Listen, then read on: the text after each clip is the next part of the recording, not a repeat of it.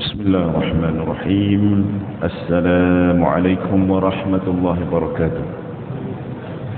الحمد لله رب العالمين، وبه نستعين على أمور الدين في الدنيا والآخرة. أشهد أن لا إله إلا الله وحده لا شريك له، وأشهد أن محمدا عبده ورسوله. اللهم افتح علينا حكمتك وانشر علينا من خزائن برحمتك يا أرحم الراحمين. اللهم فقهنا في الدين وعلمنا التأويل واهدنا إلى صراطك المستقيم.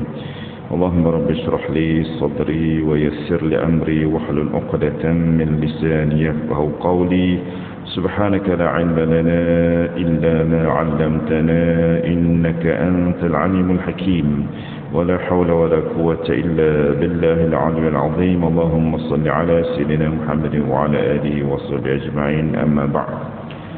Yang saya hormati Tuan Imam, Tuan Bilal, pengusaha masjid dan seterusnya, tuan-tuan, perempuan sidang, jemaah yang dirahmati Allah SWT sekalian. Alhamdulillah, pada hari Arafah ini, khususnya di Malaysia, kita diizinkan Allah SWT untuk diberikan lagi peluang dan nikmat nyawa dan kesihatan serta masa, dan diizinkan pula dengan kita usahakan tadi untuk kita mendirikan solat subuh berjemaah.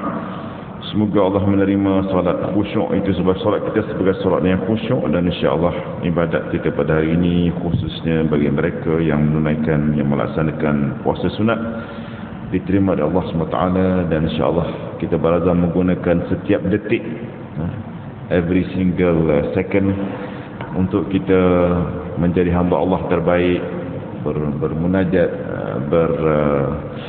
berdoa, melakukan amal soleh dan menghindarkan perbuatan dosa dan maksiat.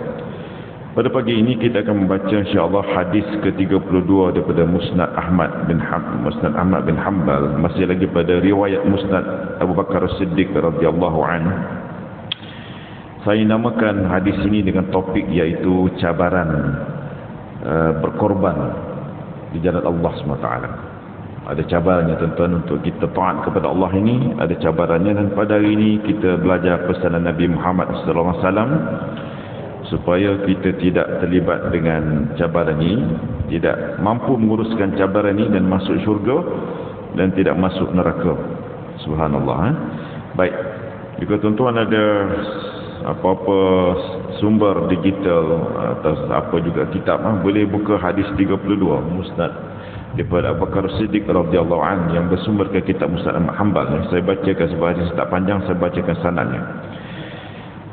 Haddatsana Yazid bin Harun akhbarana Sarqah bin Musa an Farqadah Sabakhi an Murrah at-Tayyib an Abi Bakr As-Siddiq radhiyallahu anhu Nabi sallallahu alaihi wasallam قال لا يدخل الجنة خب ولا بخيل ولا منان ولا سيء الملكة وأول من يدخل الجنة المملوك إذا أطاع الله وأطاع السيدة.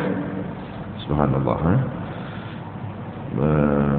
Menarik untuk kita fahami hadis ini tuan-tuan. Saya bacakan maksud dia bagaimana Imam Ahmad bin Hanbal dia mendapat hadis ini daripada guru dia bernama Yazid bin Harun, dan guru dia beritahu dia hadis ini diperoleh daripada Sarqah bin Musa, daripada Fardah Subqi, daripada Murrah, sehinggalah sampai kepada Abu Bakar Siddiq radhiyallahu anhu. Apa yang berlaku tuan-tuan Allah? Kata Abu Bakar Siddiq radhiyallahu anhu daripada Nabi Muhammad SAW, dia bersabda, tidak akan masuk syurga seorang yang penipu, tidak masuk syurga seorang yang sifatnya khabun, penipu. Yang kedua, bakhilun. Menjauh tuan-tuan, kita tahu. Macam mana kita tahu masuk bakhil ni? Tuan, sebab tengok filem Piramli. Alhamdulillah, Allah yarham. Jadi kita dapatlah kita mengenal watak Haji Bakhil. Menarik tuan-tuan. Jadi pertama, tidak masuk syurga kata Nabi seorang yang penipu, seorang yang bakhil. Dan yang kedua, wala mannan, yang mengungkit-ungkit pemberiannya. Allahu akbar tuan-tuan. Dengan kita mengungkit apa yang kita diberi untuk menunjukkan supaya orang tu ingat kita. Subhanallah. Ini Nabi kata tuan-tuan, jangan menipu, jangan bakhil, jangan mengungkit pemberian orang, dan apa lagi tuan-tuan? Nabi kata dalam yang keempat, Nabi kata janganlah kita berperangai buruk, wala sayyi'ul malakah. Saya cuba mencari terjemahan. Kebetulan kami sedang menterjemahkan Sahih Muslim seramai 34 orang. Tuan-tuan doakan kami diberikan umur yang panjang, sihat, kerana hadis yang saya telah kumpul dan terjemahkan sekarang sedang disemak oleh 11 orang pakar dan 7 orang pakar bahasa. 11 orang pakar agama bidang, termasuklah saya bersama mufti wilayah, guru-guru saya, Dr. Fazil Rahman, Dr. Mat Taifah, Dr. Muhyiddin, dan ramai lagi, Datuk Hidayat Buang, ramai lagi tuan ya. Bidang hadis sedang menyemak berdasarkan terjemahan, dan kemudian bila dah semak tu dicemak oleh pakar bahasa Munshi DBP. Jadi tuan-tuan tolong doakan saya, kami selesaikan hadis Sahih Muslim terjemah insya-Allah. Baik. Dan Nabi kata apa tuan-tuan? Nabi kata wa awwalu man yadkhulul jannata al-mamluku. Dan orang yang pertama masuk syurga ini, al-mamluk ini orang yang menjadi seorang yang dia employee. Dia ni seorang yang bekerja, seorang pekerja yang taat kepada Allah. Dia taat kepada Allah dan dia taat kepada majikannya. Itu di antara. Hadis ini hadis pada kategori hasan gharib. Kerana tetapi pada ahli sunnah wal jamaah kita beriman hadis ni hadis yang makbul. Sebab itu tuan-tuan mati Allah. Hadis ini saya ulang sekali lagi, ada 4 jenis sifat yang Nabi kata tak akan masuk syurga kerana dia menipu, suka menipu tuan-tuan ya. Cakap kita tanya A ke B, dia jawab C. Jadi tuan-tuan, latih diri kita, ajar isteri kita, suami kita, anak-anak kita cakap benar daripada rumah lagi never lie dengan jadi seorang yang liar ataupun penipu, kerana bercakap benar itu adalah kemuliaan. Yang kedua tuan-tuan, Nabi kata jangan bakhil. Yang ketiga, jangan ungkit-ungkit pemberian dan jangan berakhlak buruk. Dan orang yang di antara orang yang pertama masuk syurga, dia tu bukannya majikan, tetapi dia employee. Dia tu seorang pekerja, tetapi dia taat kepada Allah dan dia taat kepada majikan. Jadi tuan-tuan mati Allah, bagaimana kita nak syarahkan hadis ini? Kebetulan hadis ini juga tuan-tuan terdapat dalam kitab Jami' Tirmizi, kitab satu hadis lagi yang masyhur. Jadi dalam itu ada banyak syarah hadis. Jadi kami merujuk. Jadi pada pagi ini tuan-tuan, apa kaitannya dengan ibadat korban ini? Ibadat korban ini tuan-tuan, subhanallah, jika tuan-tuan baca ayat 102 surah As-Saffat, selepas surah Yasin ada satu surah bernama surah As-Saffat. Jika tuan-tuan baca surah Yasin, baca jugalah surah As-Saffat. Dan bila kita masuk bulan Zulhijjah ini tuan-tuan, tolonglah baca, paling tidak bila baca surah As-Saffat ni, tengok makna dan tadabburkan 102, 103, 104, 105, 106, 107, 108, 109, 110, 111 sampailah cerita 113. Dalam tafsir menyatakan bahawa inilah kisah agung berkaitan dengan peristiwa Nabi Ibrahim dan Nabi Ismail alaihissalam, berkaitan dengan pengorbanan untuk taat kepada Allah. Kita pun, saya yakin tuan-tuan pernah tahu kisah benar ini. Kenapa kita melakukan ibadat korban yang jadi sunat muakkadah, paling tidak sekali seumur hidup, paling terbaik tiap-tiap tahun. Tetapi paling tidak pun kita terlibat tuan-tuan dengan ibadat korban itu, menyaksikan, terlibat dalam menolong, membantu.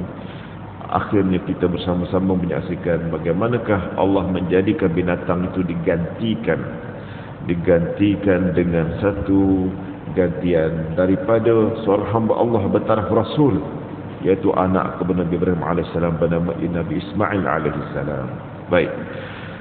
Dan poin di sini bila kita buka syarah hadis tuan-tuan, hadis yang kita baca daripada Musnad Ahmad ini yang juga kebetulan ada dalam Jami' Tirmizi, subhanallah, memberikan kita kepada satu huraian ulama daripada sahabat Nabi sallallahu alaihi wasallam Ini di antara cabaran untuk berkorban kepada di jalan Allah SWT.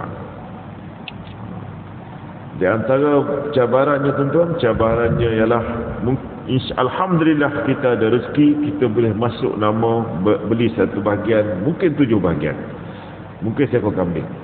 Alhamdulillah Allah bagi kita rezeki. Tapi pastikan tuan-tuan niat kita dan tujuan kita jelas. Bukan kita hanya kerana nama, tetapi penuh dengan ilmu. RM800 satu bahagian itu pada saya besar. Pada saya besar bukan kerana nilai RM800 tetapi kerana besar. Memang kebetulan RM800 itu mahal pada kami yang mungkin bertaraf hidup sederhana ni. Tetapi nilai RM800 itu tuan-tuan bukan kerana nama kita masuk pada itu, tetapi sebenarnya kita ingin melaksanakan pengorbanan untuk korban menghampiri Allah SWT. Kerana kita nak menjejaki dan mengikuti sunnah Nabi Muhammad SAW dan juga yang terbesarnya sunnah Nabi Ibrahim AS. Kerana Allah. Jadi berkorban RM800 satu bahagian ini pada zaman sekarang ini tuan-tuan bukannya mudah. Bukannya mudah. Dia memerlukan kepada satu melepaskan. Tetapi cabaran yang besar tuan-tuan dan Allah di antaranya 4 tadi. Jangan kita membohongi diri kita ni, kita berkorban ni kerana malu dengan orang lain. Jangan kita membohongi diri kita berkorban ni rasa-rasa apa pula orang kata. Jangan disebabkan orang kata kita pun masuk. Sebab itu ada masa lagi tuan-tuan untuk kita bertaubat, membetulkan niat. Kita berkorban ni nak faham, kita nak faham kepada Allah. Dan ini bukan pengorbanan yang kecil, RM800 tuan-tuan. Kerana RM800 ataupun beberapa bahagian yang kita masuk ni sebenarnya ada tuntutan. Kita sanggup berkorban nyawa kerana Allah. Kita sanggup berkorban masa kita, bersanggup berkorban keletihan kita, nyawa kita, mungkin kesihatan kita kerana nak taat kepada Allah SWT. Dan cabaran besarnya daripada ulama menyebut bahawa cabaran besarnya di antaranya tuan-tuan ialah 4 benda ini. 4 benda ini, sifat ini boleh berlaku sekali kepada seorang hamba Allah yang mungkin kerana lupa pada ilmu, lupa kepada ketakutan kepada Allah dan kiamat, lupa sebenarnya syurga lagi mulia daripada terlibat dengan akhlak-akhlak yang buruk ini. Sebab itu tuan-tuan, ilmu datang untuk mengingatkan kita. Ilmu is to remind. Ilmu itu untuk mengingati sebagai reminder. Sebab itu hari Jumaat tuan-tuan, khatib kena prepare, well prepare untuk baca dengan ilmu. Bukan semata-mata ambil setengah jam preparation baca teks. Pada saya bukan. Khatib kena baca dengan betul. Khatib kena menghayati supaya dengan niat untuk zikrullah, untuk watawassaw bil haq, untuk berpesan itu tu sampai kepada jiwa-jiwa pendengar. Jadi bila khatib membaca salah baris, khatib dan sebagainya, dia akan menyebabkan banyak persoalan lain. Sebab itu tuan-tuan, dan orang yang mendengar, kita dengar dengan penuh rasa tertunggu-tunggu. Apakah peringatan untuk kita menambahkan iman daripada itu. Sebab itu tuan-tuan Allah, di antara 4 ini kita ulang sekali lagi, kenapa menipu, kenapa bakhil, kenapa mengungkit pemberian ini dan berperangai buruk ini di antara yang menjadi cabaran dan penghalang apa-apa ibadat yang melibatkan pengorbanan kepada Allah mungkin tiada nilai. Subhanallah. Sebab itu tuan-tuan Allah, disebut oleh banyak ulama, jika tuan-tuan membuka kitab Baharul Mazi yang mensyarahkan hadis Tirmizi ini, iaitu daripada orang Perak kita, almarhum Syekh Idris Marbawi, tuan-tuan boleh tengok pada harian hadis ini dalam bahasa Perak. Dia menguraikan yang saya ringkaskan, bahawa inilah dia sifat-sifat orang yang, dia kata orang yang buruk perangai, orang Muslim tetapi buruk perangainya kerana dia tidak faham tentang berkaitan dengan akhirat secara berpanjangan, dawam. Kita ni kadang-kadang tuan-tuan hari ni kita terlibat sikit dengan macam ni, kita dah lupa. Ini melibatkan akhirat ke melibatkan habuan dunia. Kita ambil ini peluang nak. Subhanallah tuan ya. Jadi kita sanggup berbohong. Kadang kita sanggup berbohong kepada orang lain, pasangan kita ataupun siapa. Saya lebih fokus kepada keluarga tuan-tuan, sebab saya rasa inilah yang terbaik untuk diri saya dan kita semua, sebab kita ada pasangan setiap hari. Sebab itu tuan mati Allah, cabaran besar hidup ini sebenarnya untuk kita bercakap benar dan berkata benar dan melakukan perbuatan benar setiap hari.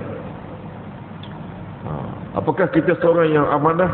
Kerana kita tak akan menipu. Jika kita tak tahu, kita bercakap tak tahu. Sebagai contoh, banyak tuan dihuraikan oleh ulama, di antara persoalan yang paling besar dalam hidup ni, kita tahu ataupun tidak apa yang ditanya. Dan mampu kita jawab, saya belum tahu, saya tak tahu. Kalau belum tahu, artinya saya nak carilah tu. Tetapi kadang-kadang manusia berusaha mendatangkan jawapan. Kadang-kadang jawapan itu tidak benar dan dia pun kurang pasti. Jika ini dapat dibuat tentang sebenarnya dunia ni aman, kata Imam Ghazali. Dunia ni akan aman. Orang akan sentiasa bercakap benar. Orang akan sentiasa melakukan benar. Dia tak ambil benda yang tak hak pada dia. Itu di antara ciri-ciri orang yang benar. Dan bila ada sesuatu tuan-tuan, yang kedua kata ulama, ini saya tekankan sikit, ada kaitan dengan pengorbanan, bakhil. Bakhil ini menarik tuan-tuan, bukan istilah Piramli, tetapi dia sebenarnya satu istilah yang dibawa oleh ulama. Dan saya bacakan pandangan Ibn Abbas. Saya terjemahkan tuan-tuan. Ibn Abbas menyatakan apa? Al-bakhil ini, al-bukhlu ini, orang yang menahan hartanya daripada menunaikan hak. Dia tahan tuan-tuan hartanya. Kepunyaan yang kebetulan dia bukan punya mutlak, dia sebagai penjaga amanah harta aja. Allah bagi nikmat harta tu, bukan dia pemilik mutlak. No. Bila mati siapa dapatkah kita memiliki harta? Tak ada. Kita hanya sebagai penjaga amanah harta sementara yang Allah berikan. Jadi tapi kita tahan tuan-tuan daripada menunaikan hak, itu bakhil. Sebab itu tuan-tuan mati Allah, bimbang-bimbang tuan-tuan, kita tahan harta tu untuk mentaati Allah, untuk kita bagi ruang pada orang lain. Sebab harta ni tuan, dia bukan sifat kita punya. Jika kita bincang bahawa harta ni berdasarkan ilmu, harta tu kita menjadi pengusaha harta dan pengurus harta. We are not totally own that particular good ataupun asset.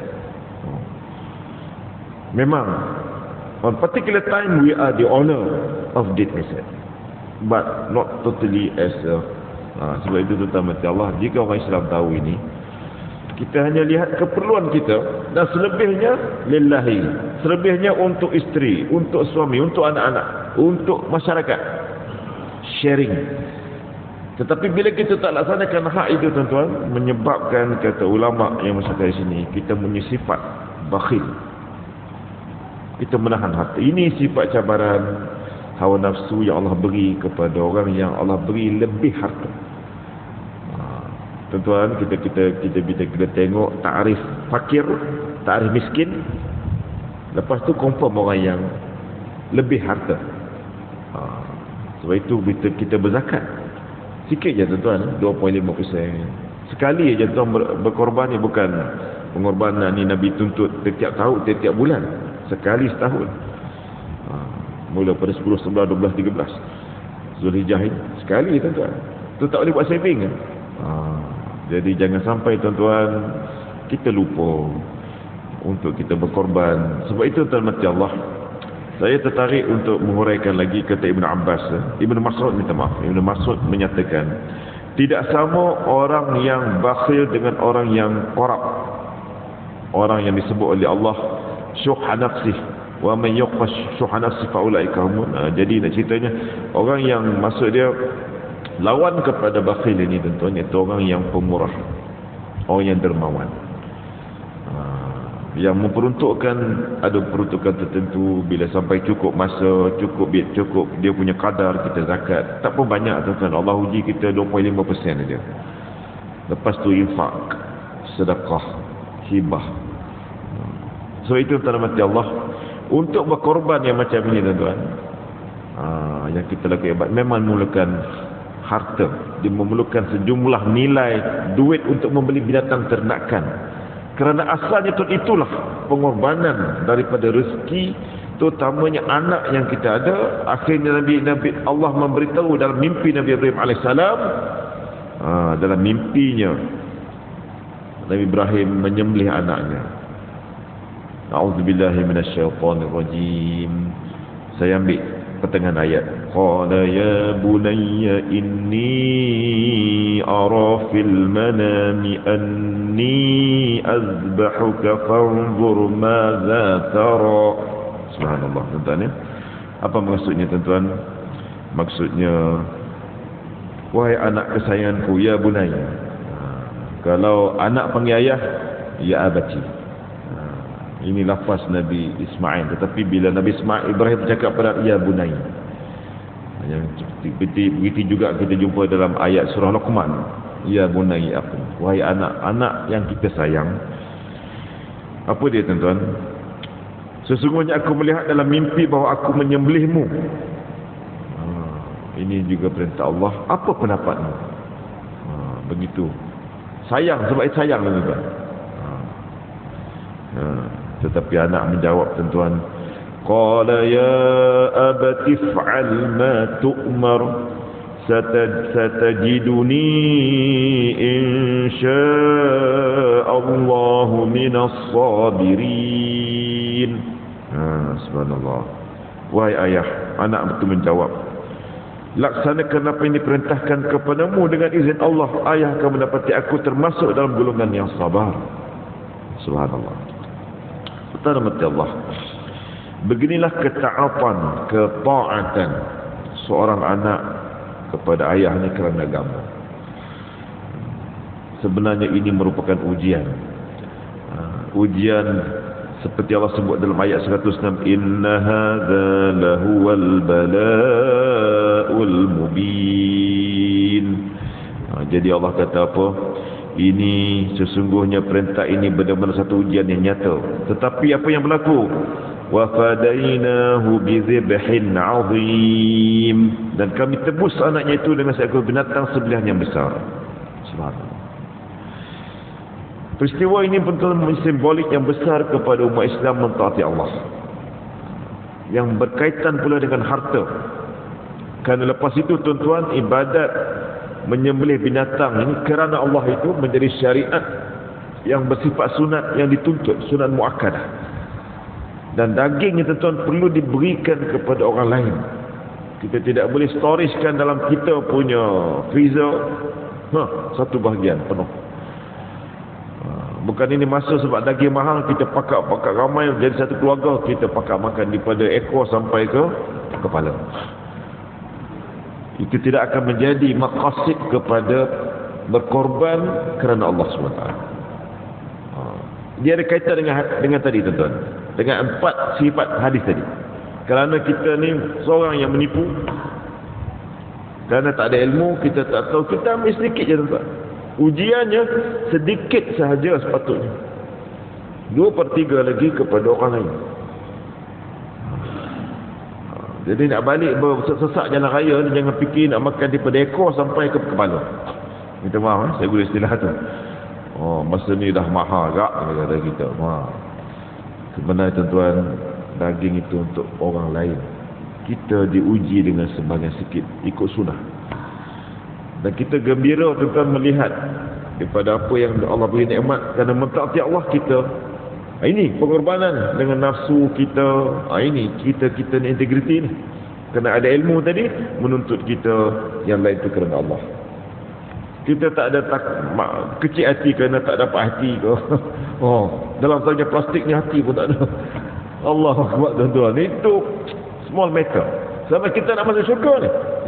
Jangan kerana tak dapat tulang. WhatsApp datang kuasa. Kerana korban tak kita pada Allah. Subhanallah, tuan-tuan. Ini jangan jadi isu, tapi nak ceritanya biarlah ilmu ini, tuan-tuan, mengingati kita.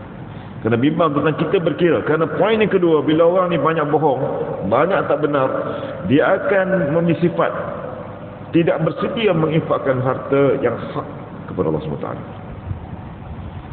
Allah bagi rezeki, tuan-tuan, semua dengan penuh hikmah dan ujian. Ada Allah bagi rezeki, kita lihat sikit tapi cukup. Ada dilihat banyak tetapi tak cukup-cukup. Kerana di antara sifatnya, tuan-tuan, sifatnya memang ada al-kazib. Dia tak seorang yang integriti. Yang kedua, dia kedekut. kedekut tak hidup masin kata orang. Haji bakhil. Ini bakhil ni kalimah Nabi tuan-tuan. Kalimah Nabi mengingatkan kita sebenarnya daripada banyak itu, bagaimanakah yang cukup untuk kita, yang selainnya untuk orang, yang selainnya untuk anak-anak kita, keluarga kita. Sebab itu saya bawakan contoh berikutnya tuan-tuan. Kenapa ada kaitan yang kedua itu? Kaitannya pula iaitu bagaimanakah sebenarnya sifat yang ketiga ini, iaitu kita ni mengungkit-ungkit. Orang yang bakhil ni tuan-tuan, bila diberi dia akan selalu mengungkit-ungkit untuk dia mendapatkan kononnya orang itu tunduk pada dia. Ini memang ciri-ciri koruptor, orang yang korup.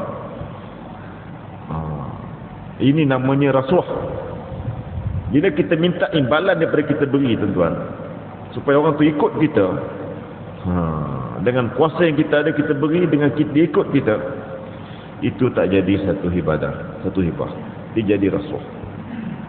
Ini tarikh Ibn Hajar Asqalani. Bila kita beri sesuatu, kita minta imbalan pada orang yang kita beri. Tapi tuan-tuan, kalau kita beri untuk anak kita, paling tidak tuan-tuan, mohon doa. Sebab itu di antara ulama punya lafaz, la tansawna. Bila kita beri tuan-tuan, la tansawna fid, jangan kau lupa doakan aku. Cukup. Jadi jangan kau lupa. Jadi saya bila belajar, kenapa? Paling tidak kita tak minta apa-apa, tapi jangan lupa aku untuk doakan aku. Itu hukumnya harus dan terbaik. Tetapi kalau kita minta jangan lupa aku nak undi kau, aku dah beri. Tuan-tuan, ini ciri-ciri orang bakhil, orang mengungkit. Habis tuan-tuan, habis, everything deleted. Kemudian dia akan buruk akhlak, dia akan tamak, dia akan itu. Sebab itu tuan-tuan nampak sifat ini, dan kita takut tuan-tuan tu tak masuk syurga.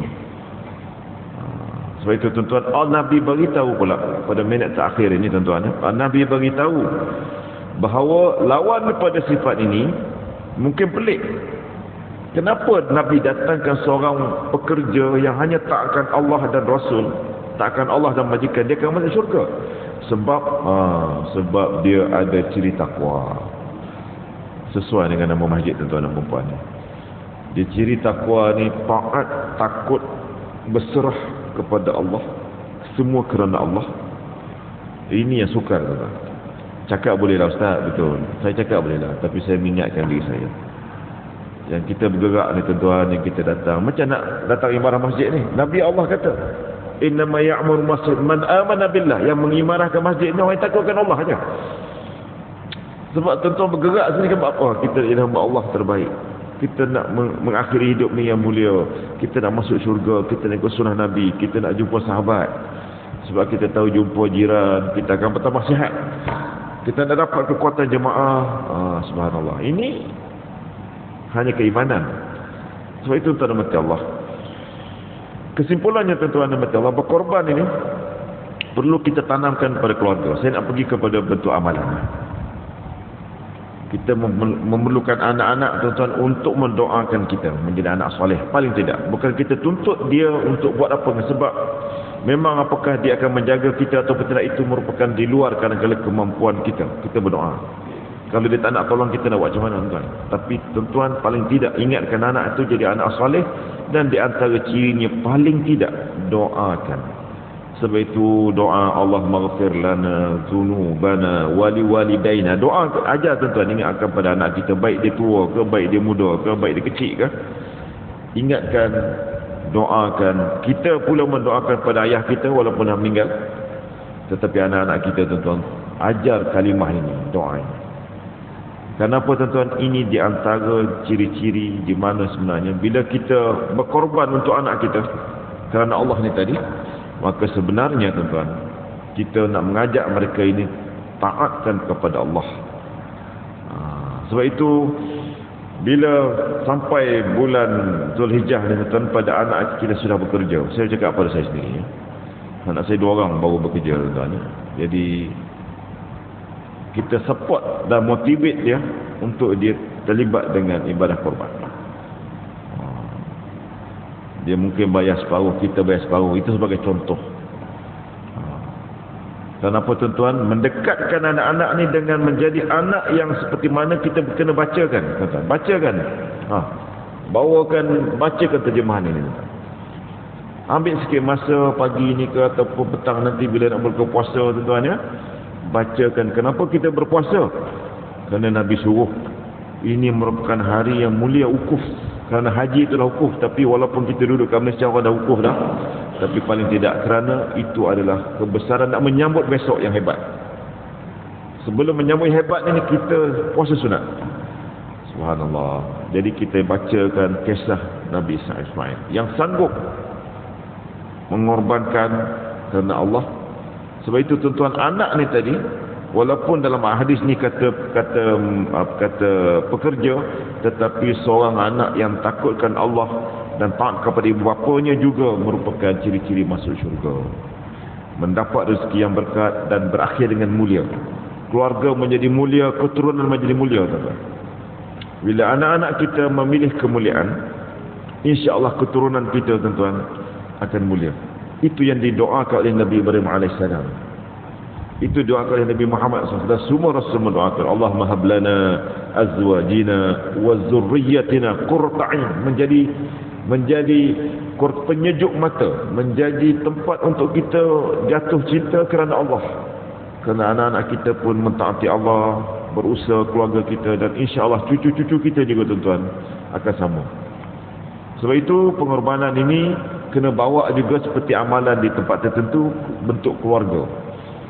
Tetapi kalau tak buat di rumah, terbaiknya buat di masjid, pandangan saya lah. Kerana masjid ini boleh berkumpul semua orang. Dan kita tak ada nak minta lebih. Kalau kat rumah ni kadang-kadang kita tak mampu nak membedakan dalam bentuk yang terbaik. Itu pandangan saya. Saya pun pernah melihat dan buat di rumah ni, tentu sebelah rumah pun buat korban, depan rumah buat korban. Masa bila nak uruskan daging, tuan-tuan? Sebab itu Nabi bagi lepas 10 hari 11, 12, 13. Sebenarnya 12, 13 tu untuk ambil ruang berkorban dan membahagikan daging korban. Itu sebenarnya, tuan. Hikmah dia. Kenapa dibagikan hari tasyrik itu lebih daripada 10 Zulhijjah? Di antaranya nak bagi ruang berkorban dan mengagihkan daging korban. Kerana biar semua merasa ketika daging mahal tak dapat itu ini biar merasa kerana Allah. Kita beri kerana Allah, untuk mendapatkan Allah dan mendapatkan keridaan Allah, dan akhirnya kita layak akhirnya menjadi orang yang terbaik. Terakhir, tuan-tuan Allah, di antara cabaran dalam mendidik keluarga berkorban ini ialah membentuk kefahaman supaya memilih kemuliaan. Sekali lagi saya masukkan, kerana anak-anak kita yang sedang membesar, tuan-tuan, dia akan diuji seperti kita juga dulu dengan pelbagai ujian sekarang. Pelbagai ujian, tetapi kita bagikan rangsangan bila kita sudah ada pengalaman, kita telah melalui, kita ada banyak masa supaya kita bersama mereka, menyantuni mereka, mengingatkan mereka jangan banyak utang, mengingatkan mereka menyimpan sebahagian, berinfakkan sebahagian, mengingatkan mereka menjalani kehidupan dengan penuh syariat, kerana kita memerlukan pertolongan Allah. Kita memerlukan pertolongan Allah, tuan-tuan ya. Sebab itu nikmat Allah, semoga dengan bulan terakhir bulan Islam 1443 Hijrah ini, kita diberi rahmat, diberi nikmat sampai sekarang. InsyaAllah mula Muharram nanti, tuan-tuan, walaupun dalam bulan Islam bulan 8 ke bulan 9 ke, tetapi kita akan bermula sekali lagi dalam bentuk yang terbaik. Kerana apa? Kita telah pun berusaha menyempurnakan sunnah-sunnah yang Allah tuntut, dan juga meraihkan satu hari raya yang haram berpuasa pada besok pagi, tuan-tuan. Jangan berpuasa pada besok pagi, tetapi ya, tuan-tuan, kita bertakbir, tanda kita bersyukur. Bertakbir, tuan-tuan ya. Ada yang kata mula maghrib ni terbaik ya. Ada takbir muqayyad dan mursal dan sebagainya, tapi masa lepas solat, tuan-tuan, 10, 11, 12, 13 ni jangan lupa bertakbir. Kerana itu adalah merupakan tanda kita bersyukur, tanda kemenangan. Dan walaupun kita tak terlibat dengan ibadah korban secara rasmi, kita terlibat dalam menyaksikan, dalam terlibat apa yang dinamakan sebagai ibadat korban. Itu pun alhamdulillah. Jangan langsung tak ada, tuan-tuan. Langsung tak masuk pada saya, amat rugi. Seperti orang yang tidak mengikuti jenazah. Di antara jenazah ni tuan-tuan yang hebat Nabi kata ialah bila kita dapat mengiringi jenazah, tidak atas kalimah, mengiringi jenazah tu, paling tidak tuan-tuan pergi ke van menyaksikan, itu kehebatan kenapa kita, itulah pertolongan terakhir kita. Jadi kalau orang baca ilmu fiqh, di samping solat jenazah tu hebat, tetapi mengiringi jenazah tu, itu besar. Tapi tak nampaklah sekarang kat dunia ni. Jadi begitu juga tuan-tuan menyaksikan benda yang baik, menyaksikan besok penyembelihan orang ibadat, paling tidak tuan-tuan menyaksikan bagaimana meriahnya orang Islam berkumpul, bersatu padu, bertolongan untuk menyembelih kerana Allah. Tak berlaku agama lain tuan-tuan sembelih kerana Allah. Tuan-tuan carilah pada agama lain, tak berlaku. Allahu Akbar, Bismillah, Allah. Jadi itu hebat, kerana Allah. Binatang ni besok tuan-tuan kita beriman, dia akan menjadi tunggangan kita di surga dan sebagainya. Ini hanya keimanan saja. InsyaAllah tuan-tuan ya. Sekadar ini dulu. Boleh ya? Dah lama lagi, boleh lagi. Saya nak buat kisah, boleh? Sikit-sikit lagi. Takut tempat lain dia pukul 7 stop ustaz ya. Okey, sebab ini saya nak sebutkan ayat ni, dia kata tuan boleh 5 minit lagi tuan, sebab saya nak sampaikan benda ni. Apa kaitannya ayat 102 dengan sampai saya baca tadi sampai 113,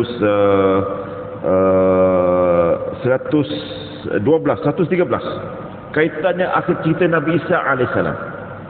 Kita tuan baca ni, kalau kita baca ayat tentang ayat 113, selepas Allah mengiktiraf ibadinal mu'minin, tapi saya nak bagi sikit tuan ya. Allah kata a'udzubillahi minasyaitonir rajim wa barakna alaihi wa ala ishaq wa min zurriyyatihima muhsinun wa zalimun li nafsihi mubin. Jadi dan kami berkati dirinya dan anaknya Ishak. Selepas cerita Nabi Ibrahim ada anak kedua, yang daripada seorang ibadah nama Ishak ini, dan dalam kalangan keturunan-keturunan ada yang mengerjakan kebaikan dan ada pula yang terang-terangan menzalimi dirinya sendiri. Subhanallah tuan-tuan ya. Jadi nak ceritanya keturunan Nabi Ismail ini, Nabi Ishak ini tuan-tuan, dia macam-macam kita anak Nabi ada adik-beradik kepada Nabi Yusuf alaihissalam ini tuan-tuan. Memang tak semua keturunan itu walaupun daripada mulia, tapi dia akan diuji dengan pelbagai cabaran. Jadi nak ceritanya tuan, kita kena, sebab itu Allah datangkan kisah Nabi Yusuf AS. Dia ada sesuatu galonnya pada Nabi Isa tadi. Jadi nak ceritanya tuan, bila kita berkorban kerana Allah ini, saya sebut awal tadi, kita akan insya-Allah kita didik pula keluarga kita untuk belajar berkorban, dia akan melahirkan keturunan yang mulia. Tetapi Allah akan uji dengan di antaranya 4 sifat tadi. 4 sifat tadi di antaranya menipu, bakhil, mengungkit dan berakhlak buruk. Sebab itu tuan-tuan, 4 sifat ni kalau kita renungi baik-baik dan kita gantikan dengan 2 sifat tadi, taat Allah dan taat kepada ketua, kepada bapa, kepada siapa yang di atas kita, sebenarnya akan mengurangkan, akan menghindarkan kita daripada fitnah-fitnah dalam keturunan kita. Sebab itu tuan-tuan Allah, cerita ini dahsyat. Kerana apa? Allah bawa kisah Nabi Musa, Nabi Harun pula sepasnya tuan. Cerita Nabi Ilyas pula dalam surah ini, Nabi Lut, Nabi Yunus, dan akhirnya ditutup dengan kisah tentang menghancurkan orang musyrikin. Sebab itu tuan-tuan Allah, ini kisah benar, ada dalam Al-Quran, pengiktibarannya kita kena bawa tuan-tuan. Kerana kita memerlukan keturunan yang baik, barulah masyarakat dan negara ni tuan-tuan mewarisi masyarakat yang civilized, masyarakat yang bertamadun. Sebab itu tuan-tuan, bila kita bentuk keluarga kita kerana Allah dan Rasul, sebenarnya kita sedang mengusahakan masyarakat setempat itu menjadi baik, dan akhirnya negara itu menjadi baik, besar tuan-tuan. Sebab itu mari kita bina keluarga kita, ku anfusakum wa ahlikum nara. Mari kita jaga keluarga kita supaya tak masuk neraka dengan caranya tuan-tuan, di antaranya taatkan kepada Allah. Dan ibadat yang kita akan lakukan mula besok ini, kena bawa keluarga tuan-tuan, bawa anak cucu. Jangan takut kepada sembelihan, jangan takut kepada darah, jangan takut kepada binatang, tapi seronok melihat. Dan kita bukan menyiasat binatang tuan-tuan ya, kita menyembelih kerana Allah. Mari kalau siapa nak tengok orang bukan Islam, kita tengok. Kita buat, sebab binatang tu kena disembelih dengan sebaiknya, dengan ada ilmu sembelihannya, dengan diuruskan segalanya dengan bersih. Kita bersihkan segala tempat itu, tuan-tuan, dan mungkin tuan-tuan dapatkan dekat dapat lagi bersihkan sini, kita agihkan. Jadi pengagihan itu, tuan-tuan, yang paling hebat, yang perlu diperlihatkan. Nak viral, tuan-tuan, kita menyembelih kerana Allah untuk manusia, bagi mencari keridhaan Allah. Mana ada dalam negara. Jadi biar anak keluarga kita, cucu kita tahu, dia besok mesti buat begini. InsyaAllah akhirnya syurga menjadi milik kita. Itu saja, tuan-tuan. Mohon maaf jika kekurangan. Semoga kita dapat habiskan hari ini dengan baik. Jangan tinggalkan pada setiap detik, tuan-tuan, untuk menjadi orang baik. Hindarkan daripada dosa, daripada perkara-perkara tadi. InsyaAllah petang ini tuan berdoa banyak-banyak sebelum buka puasa. Sebelum kita solat ini berdoa supaya kita, ya Allah, berikan kemuliaan, masukkan syurga, berkati hidup ini, selamatkan negara ini, keluarga kita. Wallahu a'lam. Walhamdulillahirabbil alamin. Allahumma ihdina siratal mustaqim, siratal ladzina an'amta 'alaihim minan nabiyyin was-siddiqin wasyuhada'i wa hasuna ulaika rafiqa. اللهم توفنا مسلمين وحنا مسلمين وبحقنا من الصالحين من الخطايا والمفتونين. اللهم ربنا آتنا في الدنيا حسنة وفي الآخرة حسنة وقنا عذاب النار. والحمد لله رب العالمين. والله أعلم. والمعاف أتاكم كرانgan. والسلام عليكم ورحمة الله وبركاته. سبحانك اللهم.